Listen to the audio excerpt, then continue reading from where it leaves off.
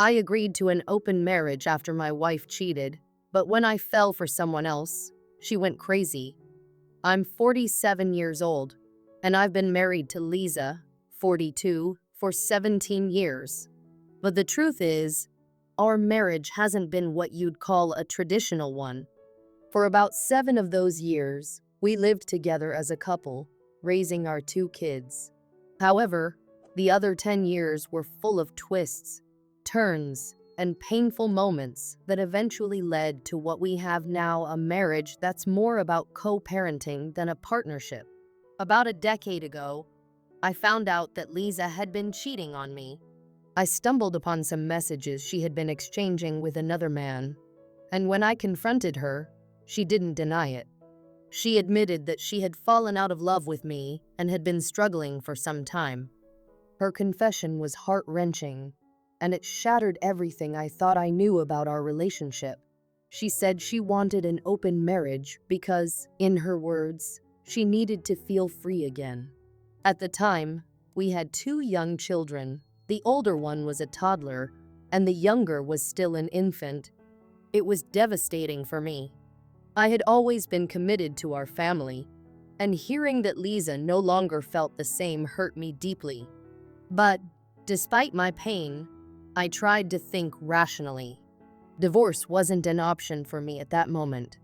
The financial situation was difficult, and I couldn't bear the thought of disrupting our kids' lives. Lisa suggested that we open the marriage, and for the sake of keeping things civil and not tearing the family apart, I reluctantly agreed. We continued living under the same roof, but we were no longer a couple. I moved upstairs to the guest room in our duplex, and we agreed to co-parent our kids. But it wasn't easy. Every day was filled with anger, bitterness, and resentment. The initial months were the hardest. How could I not be angry at her for what she had done? How could I live in the same house as a woman who had so openly betrayed me? But as time passed, I tried to focus on my children and let go of the bitterness. I immersed myself in work, spent more time with the kids, and even tried to find meaning in other areas of my life. Eventually, life moved on. Lisa continued seeing other men, and I did my best to stay out of her way. She brought numerous men into our home, sometimes even in the same bed where our kids had been born. It was incredibly difficult, and I'd be lying if I said it didn't affect me mentally and emotionally. But I never lashed out or tried to make her stop. I told myself it was her life to live, and as long as it didn't interfere with the kids, I would keep my distance. In the meantime, I focused on myself. I joined a badminton club, worked out, and even took up hiking solo hikes that gave me time to clear my head. I didn't jump into dating after the separation. To be honest, it didn't feel right. I wasn't interested in casual hookups. I wanted something deeper, but I wasn't sure what that would look like. Then, a few months ago, I met Cathy at work. She's 35, and she's my junior. We immediately clicked, both professionally and personally. At first, it was just a friendly connection and understanding between 2 coworkers. We would go out for drinks after work or talk about life in general. There was no romance at first, no grand intentions. But as time passed, I found myself thinking about her more and more. There was something special about her that I hadn't felt in years. And then, one night, it happened. We shared a kiss. That kiss changed everything. I felt something I hadn't felt in a long time: connection, excitement, and a genuine bond. Since then, Cathy has been staying over at my place more often. We've spent a lot of time together, and every moment feels natural. I'm not going to lie, I've developed strong feelings for her. I feel like I've finally found someone who I can open up to, someone who gets me in a way that no one else has in years. But as things between Cathy and I grew more serious, something strange started to happen. Lisa began acting out. Even though we were separated, And even though we had made it clear that we weren't a couple anymore, Lisa started hanging around whenever Cathy and I were together. At first, it was subtle. She would drop by unannounced when Cathy was over, always trying to act like my wife. One evening, Cathy and I were having dinner at the kitchen table when Lisa showed up. She didn't even ask, she just sat down and said, "Can I join you?" It was an incredibly awkward moment for Cathy and me. We both exchanged glances, unsure of how to react. Lisa, completely unfazed, just sat there, eating her dinner as though nothing was strange. Cathy and I tried to continue our meal, but it was clear we were both uncomfortable. Lisa kept talking, making small talk, but neither of us was interested. It felt like an intrusion, like Lisa was trying to force her way back into a life that she had already decided to leave behind. I didn't say anything at that moment, but I knew I had to address it. This wasn't the first time she had acted like this. Just a few days ago, Cathy and I were watching a movie upstairs when Lisa barged in. She told me that the younger child had a science project due and needed my help. The problem was that we had already divided the responsibilities. I was helping our older child, and Lisa was handling the younger one. I told her that I'd already done my part, but she didn't like that answer. She got angry and yelled, "Is this kid not yours? Instead of helping him, you're here lurking around with her?" The argument that followed was intense. Cathy, understandably, felt uncomfortable and left. After that, Cathy told me she wasn't coming over to my place anymore. She didn't want to be around Lisa's drama, and I couldn't blame her. Lisa's behavior has been a constant source of stress for me, but I'm starting to realize that I can't keep living this way. I've been patient for a long time, but I can't keep putting up with her trying to control my life. She had her chance to live how she wanted, and now it's my turn. I've tried to be understanding, but I can't deny the frustration I feel when she acts like nothing has changed. I confronted her last night about her behavior. She claimed she wasn't trying to interfere in my relationship with Cathy, that I was just overthinking it. She said the whole situation was just her being anxious about our son's school project and that she didn't mean to disturb me. But I see through it. It felt like gaslighting. Lisa eventually called Cathy to apologize, but Cathy was firm. She accepted the apology, but made it clear that she preferred to meet elsewhere. I can't blame her. Who wants to be around that kind of drama? Now, I'm at a crossroads. I've been thinking about divorce for a while, and this situation has only solidified my decision. For years, I stayed in this marriage because I didn't want my kids to have to choose between their mother and father. But now, as they're growing older, I'm realizing that it might be time to prioritize my own happiness. I don't want to miss my chance with Cathy, but I'm also torn about what's best for my children. Update 1. I've sought therapy to help me sort through my feelings. I've realized that my kids will eventually grow up and lead their own lives, so there's no reason to wait to be happy. I talked to Cathy about it, and she told me she feels the same, but she's hesitant because of the family situation. She's uncomfortable being around Lisa, and I understand that. But I know I need to make a decision soon. Either I keep living in this toxic dynamic, or I finally let go of the past and move forward with Cathy. I could feel the tension in the air the moment I stepped into the house. Cathy and I had been together for a while now, and I'd already made it clear to Lisa that I was planning to move out. I wasn't about to drag my feet anymore. The reality was that my marriage had been over long before I'd met Cathy. I'd been stuck in a loveless, emotionless relationship for years. Lisa and I had been coexisting as housemates, not partners. The moment I met Cathy, I knew she was the person I was meant to be with. Lisa had no idea how bad things had gotten between us. But when I found someone who truly made me feel alive again, I couldn't ignore it. My happiness mattered too. We had children, yes, But that didn't mean I should live in a prison of my own making just to keep up appearances for the sake of the kids. And Cathy wasn't some fling. I was serious about her, and I wanted a future with her. Lisa wasn't happy when I told her. I knew that was coming. When I first told her I was moving out, she had this look of disbelief, like she couldn't fathom that the marriage she'd taken for granted was actually coming to an end. Her response was nothing short of dramatic. "You can't be serious," she said, voice trembling, eyes welling up with tears. "You're leaving me for her? After everything we've been through, you're just going to throw it all away?"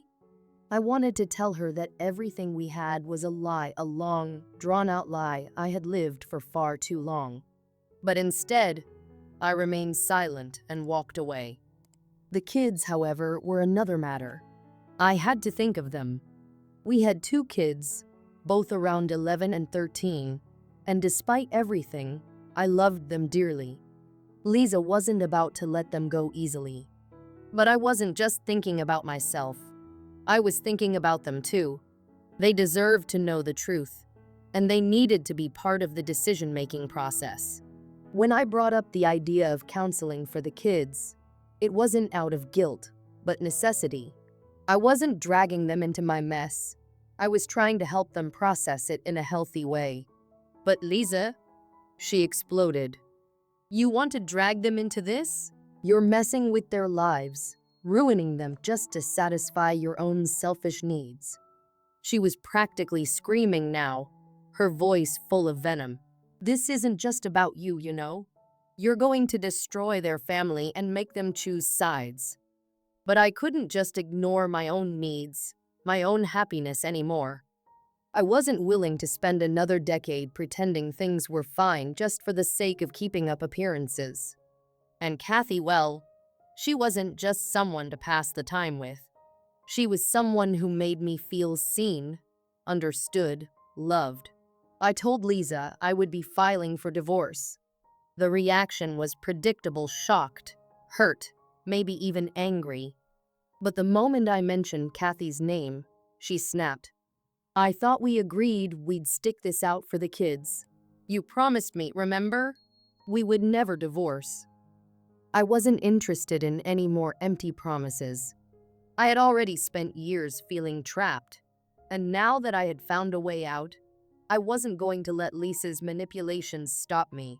The kids and I went to counseling, and surprisingly, they were receptive.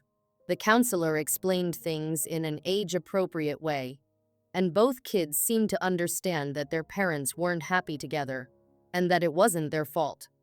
They also seemed to get the idea that, yes, I had the right to find happiness again. But when Lisa found out about the counseling sessions, she tried her best to guilt-trip me. "You think I haven't sacrificed everything for this family?" she wailed, her voice cracking. "You think I didn't try to make this work, and now you want to leave us because of some fling?" I didn't have the patience to deal with her manipulative tactics anymore. It was time for me to make a clean break. I told her I was moving out and that I'd be taking care of the kids. She couldn't handle it. I could see it in her eyes: fear, anger, desperation. She even suggested I could still live with Cathy, just not get divorced. "You don't have to go that far," she pleaded. "Stay married. Live your life with her, but don't destroy this family for good." But I wasn't about to let Cathy be labeled as my mistress. That's exactly what Lisa would do, no matter how much she pretended otherwise. I wanted a fresh start, and that meant no more secrets, no more hiding. I wasn't going to let Lisa manipulate me into staying in a situation that had been broken for years. When I finally moved out, it wasn't just about getting my own space. It was about asserting my own life, taking control of my future. Cathy was supportive, understanding.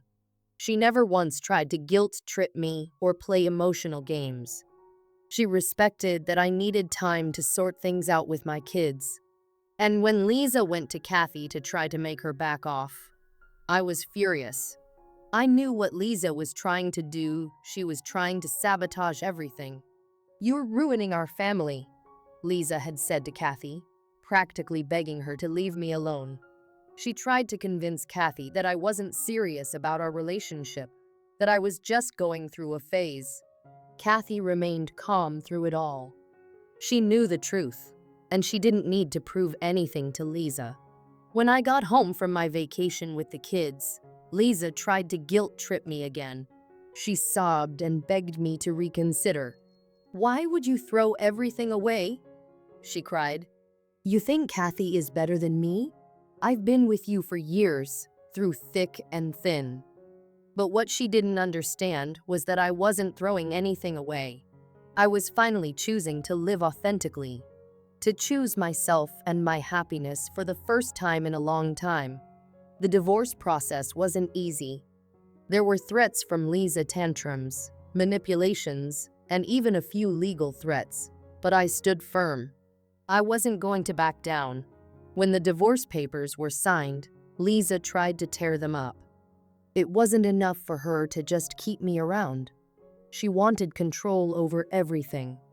My lawyer had to send a legal notice to get her to stop. When the day came for me to pick up the kids from Lisa's house, it was emotionally charged. I had told her in advance that I was coming for them, but that didn't stop her from trying to guilt trip them one last time. "Don't leave me," she cried. "You'll break my heart. Don't abandon your mom." My kids weren't swayed. My older son stood by his decision to move with me, and after a tense moment, even my younger son agreed. It was painful for all of us, but this was the reality now. I wasn't going to let Lisa drag me down anymore. I had moved on, and so had my children. When we finally got to my new place, Cathy and I tried our best to make the kids comfortable. We let them help set up their rooms, pick out decorations, and get settled in. Despite all the turmoil, I could see the kids adjusting, slowly but surely. They were getting used to their new home. Lisa, on the other hand, was broken. When I went to pick up the kids that last time, she gave up the fight. She sat on the floor, crying. She hugged the kids tightly, apologizing for everything, for all the mistakes she made, asking them not to abandon her. I didn't know how to feel in that moment. It wasn't joy. It wasn't relief. I just felt numb. We had been through so much, and now everything was changing. Lisa's last words to me were sincere, but they didn't change anything. "I took you for granted," she said. "I'm sorry. I didn't realize how much I hurt you." I stood there, still processing everything. I couldn't respond. Instead, I just hugged her back. It was the first time in years I had done that. And when I pulled away, I knew this was the end. Our marriage was over, but I had a new life ahead. And for the first time in a long time, I was excited to see what came next. The divorce is final now, and my kids are with me. They still visit Lisa every 2 weeks, but I know they'll be okay. We're all healing in our own way. Cathy and I are looking forward to our future together, and I finally feel like I'm living for myself. As for Lisa, I don't know what will happen with her. She's broken, and I can't fix her. I've moved on. Now, I just have to keep moving forward. He was hurt, so he reached out to my wife and me to talk. My wife, being the sensitive and caring person she is, decided to go over to his house to make him dinner and listen to him. I didn't go because I didn't want to overwhelm him. At the time, I never expected anything inappropriate to happen between them. She came home later that night, but when I asked her what had happened, she was evasive. She didn't seem eager to share what Paul had said.